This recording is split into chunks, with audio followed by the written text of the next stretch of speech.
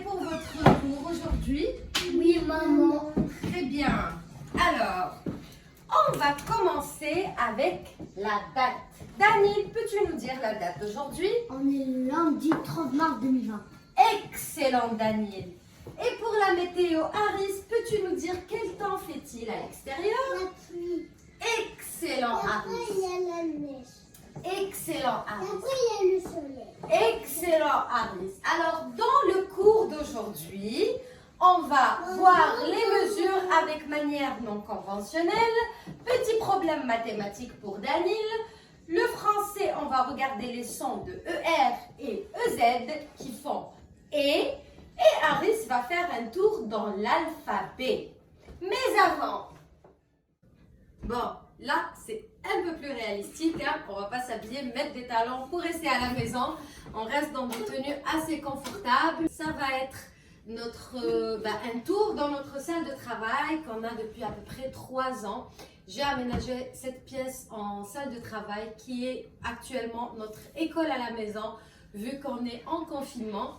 Je vais vous montrer qu'est-ce que je fais comme programme avec Daniel qui est en première année et avec Aris qui va aller en maternelle au mois de septembre prochain. J'essaie de leur donner les notions les plus importantes. Je ne suis pas une enseignante, mais j'essaie vraiment de faire mon possible pour qu'ils atteignent au moins le minimum d'informations qui sont en train de manquer à l'école. Voilà. 6h30 du matin, les enfants dorment encore et on va profiter pour vous faire un petit tour dans notre salle de travail. Donc, on va commencer par le tableau. Alors, sur le tableau, on a 2 parties. La première partie, c'est la date et la météo. La deuxième partie, c'est le programme de la journée. Pour deviner le jour, on va aller dans les mois, on va aller dans les jours de la semaine, on va aller dans les chiffres et par la suite, on définit quel jour on est. Et pareil pour la météo, on regarde avec les enfants par la fenêtre et on se dit quel temps il fait. Et de l'autre côté, on a un programme, on essaye de continuer à suivre le programme de l'école à l'aide de livres, etc. et continuer avec la manière dont son enseignante a commencé. Il y a 2 choses qui ne changent pas, ce sont les maths et le français.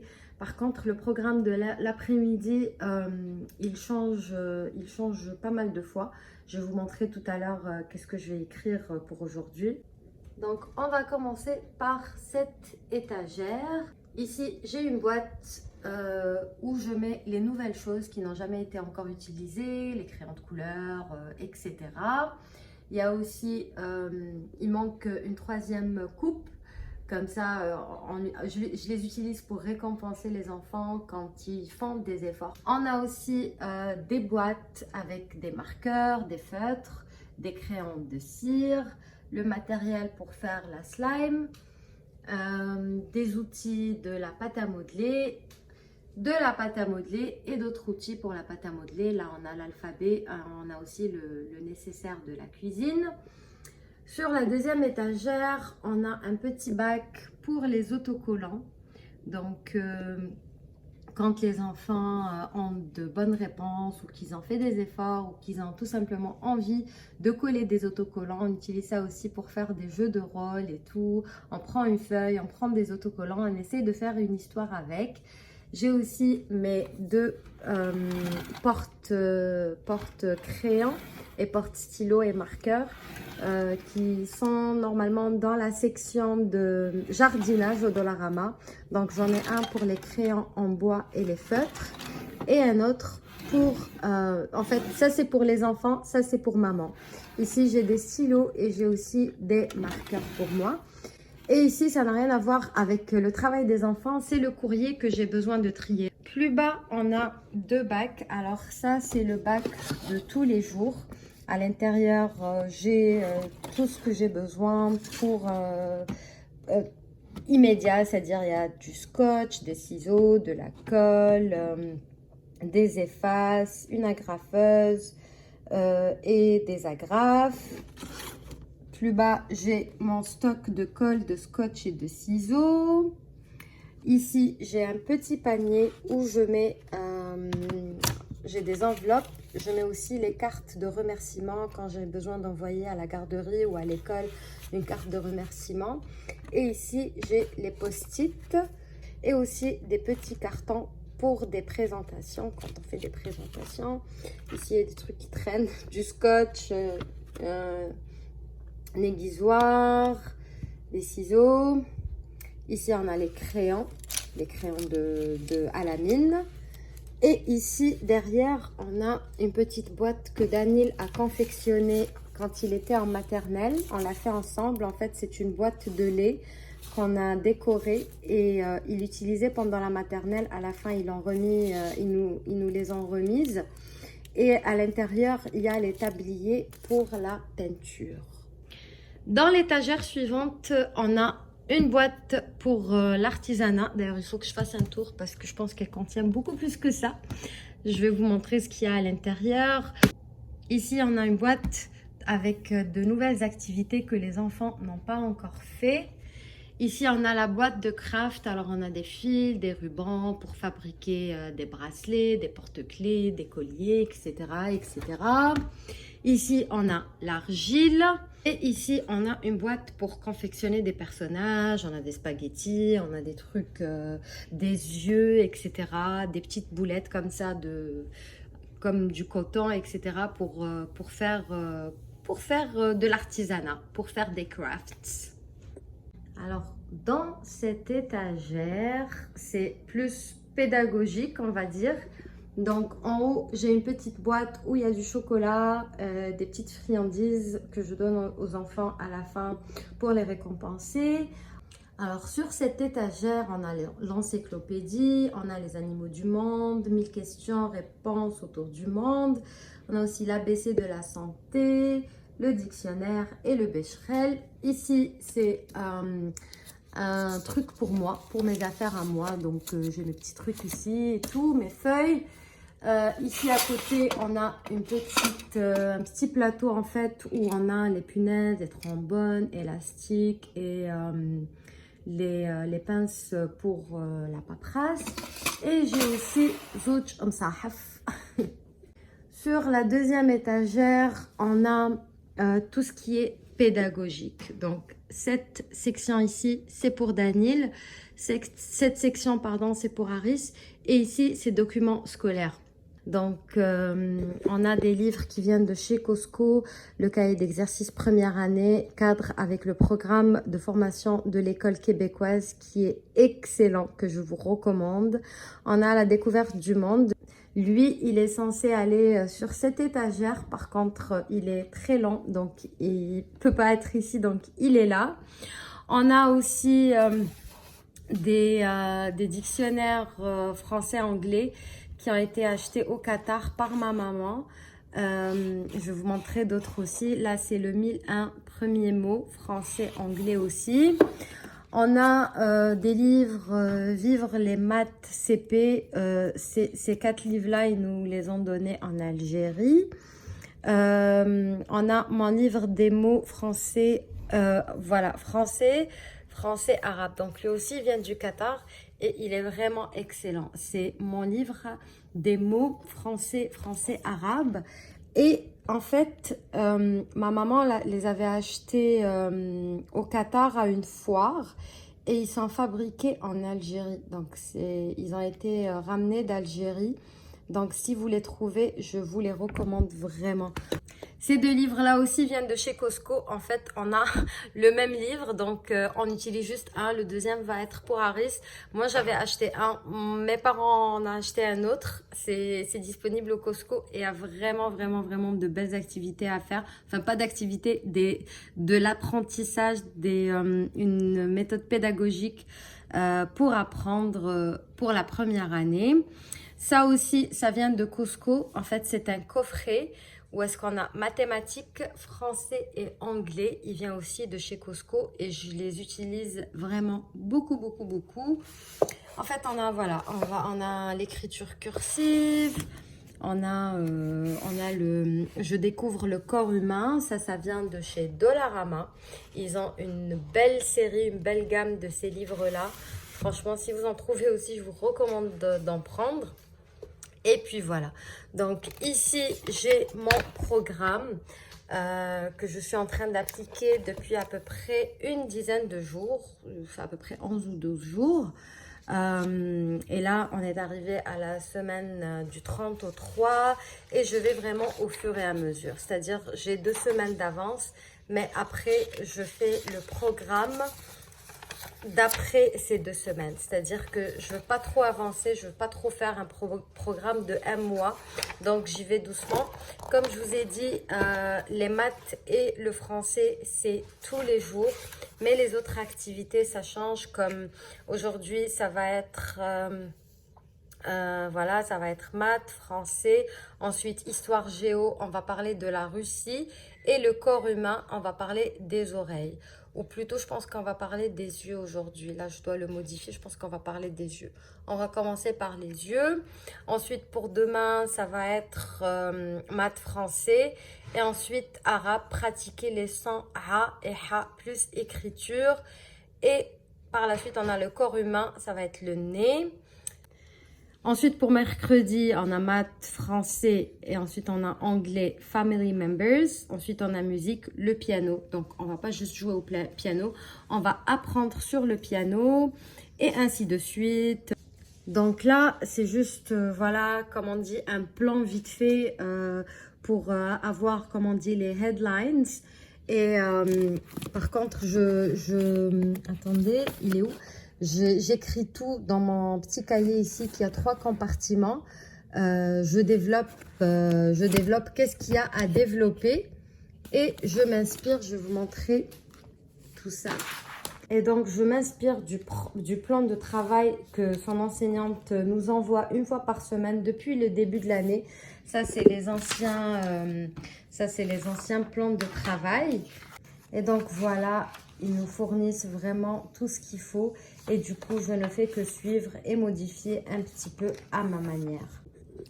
Et donc, pour le programme d'aujourd'hui, alors on commence toujours par les maths. Donc, ça va être lire et écrire de 0 à 100, même s'il sait déjà le faire. Et il s'ennuie à chaque fois que je lui demande de le refaire. Mais il doit le faire tous les jours, juste histoire de pratiquer. Ensuite, on va voir les mesures de façon non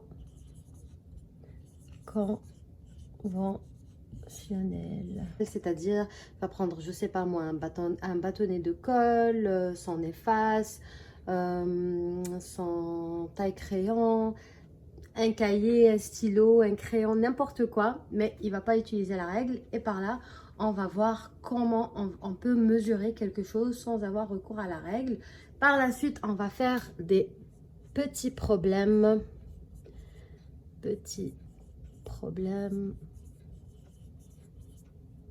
mathématiques. 64. Exact.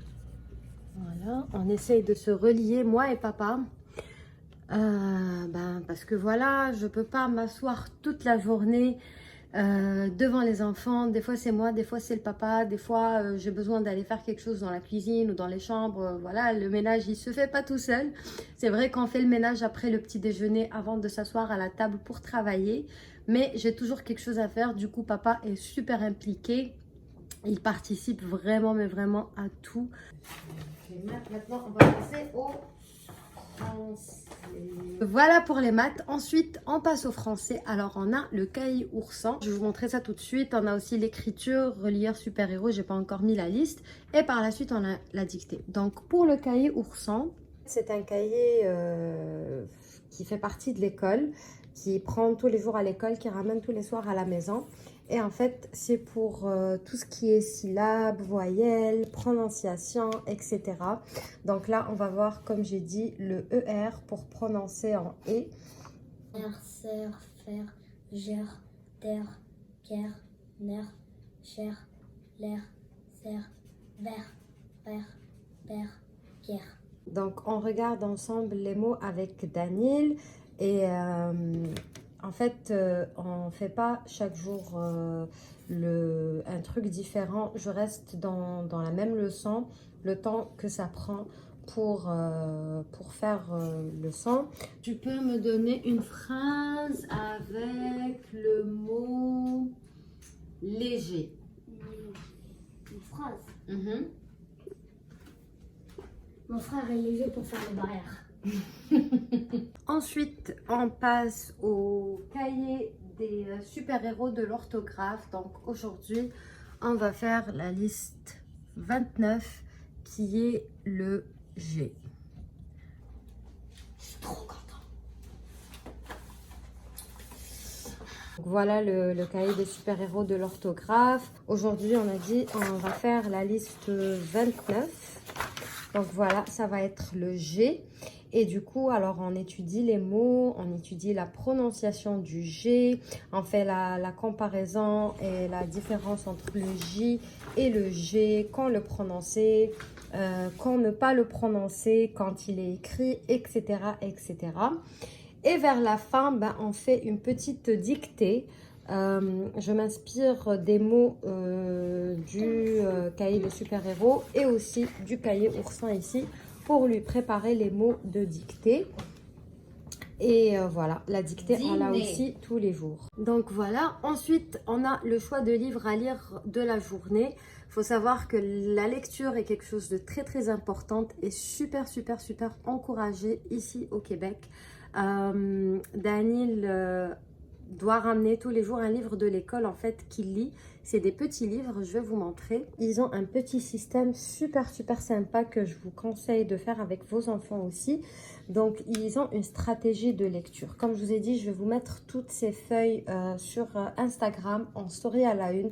Je vais l'appeler éducation à la maison, un truc comme ça. Donc je vais vraiment vous prendre en photo tout et vous les mettre sur mon Instagram. Donc ils ont quelque chose qui s'appelle passeport lecture, qui ont commencé dès le début de l'année. Là je sais pas elle est où sa première feuille, mais ça c'est un passeport de lecture. Ça veut dire que l'enfant, à chaque fois qu'il lit un livre, il inscrit le titre du livre, il donne son appréciation, est-ce qu'il a apprécié le livre, et les initiales du parent. Donc les parents doivent mettre leurs initiales et ils ramènent des livres de l'école. Ils ont un petit bac en classe, ils choisissent leurs livres. Comme Daniel est très avancé, machallah, dans la lecture, il lit super bien. Il a commencé d'ailleurs à lire avant même de commencer la maternelle, il savait déjà lire. Là, il lit des livres beaucoup plus compliqués que son niveau, on va dire. Et puis voilà, donc à chaque fois qu'il finit la lecture d'un livre, il inscrit ici. Et à chaque fois qu'il finit 10 livres ou 20 livres, je pense, là ça c'est la dernière, donc il n'a pas encore eu son diplôme de 100, mais il a lu 120 livres. Et il leur donne, en fait, son prof lui donne, attendez, il leur donne des diplômes à chaque fois qu'ils finissent un niveau, on va dire. Donc ça, c'est un diplôme de lecture pour 10 livres. Ça, c'est pour 20 livres. Oups.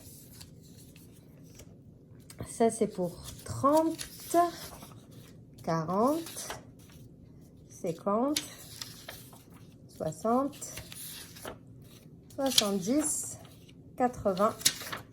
Et voilà, donc encouragez vos enfants à lire, instaurez-leur ce petit système de lecture, c'est vraiment sympa. Vous pouvez tout simplement prendre une feuille, écrire, la plier en deux, écrire passeport de lecture, tracer avec un crayon et une règle le truc là comme ça. Et à chaque fois que votre enfant lit un livre, il l'inscrit et il donne ses appréciations, etc. Et puis voilà, à 10h20, les enfants prennent une pause, ils vont prendre une collation, ils vont sortir jouer à l'extérieur, surtout s'il fait beau. Même s'il fait pas beau, ils sortent prendre un peu de l'air. Et après ça, ça va être le déjeuner. Et par la suite, on revient à 13h. De 13h30, ça va être histoire et géo. Pour aujourd'hui, on va parler de la Russie. On va faire un tour dans la Russie. Je vais utiliser ce livre à la découverte des pays du monde. Franchement, il a de super belles informations et il informe en fait très bien sur chaque pays. Il y a tout ce qu'il faut à savoir. Ça parle de la superficie de la population, des endroits touristiques, de l'histoire, de la géographie, etc. Et bien sûr, on va le voir aussi sur la carte qu'on a ici. Et ensuite, de 13h30 à 14h30, aujourd'hui, ça va être le corps humain. Et ça va être les yeux pour aujourd'hui. Alors, la lumière passe d'abord à travers la pupille. La pupille, c'est quoi? C'est le truc noir. Le petit point noir au centre de ton œil. Ok. Elle projette une image sur une fine membrane. 14h30. Ensuite, voilà, on arrête là. Tout ce qui est pédagogique, les enfants peuvent jouer à des jeux de société. On commence à 8h20 et jusqu'à 9h20. Ensuite, 9h20 jusqu'à 10h20. Moi, je leur donne une plus longue pause. On reprend de 13h à 14h30. Et voilà, j'ai essayé un peu de diviser l'horaire comme le faisait sa maîtresse.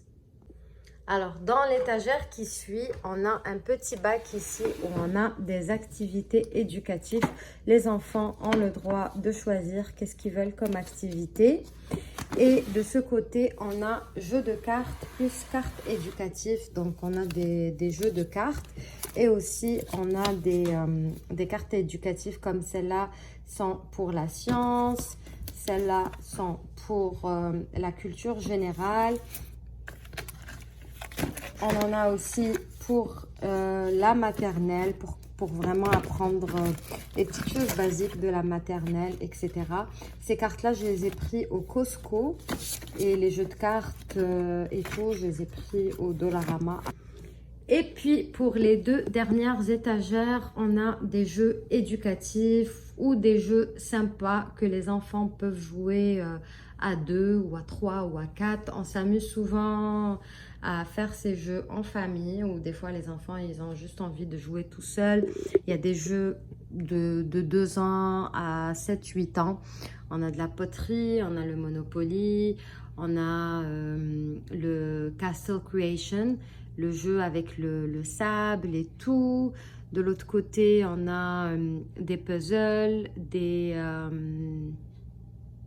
on a des casse-têtes, on a le décrypteur, ça c'est vraiment sympa.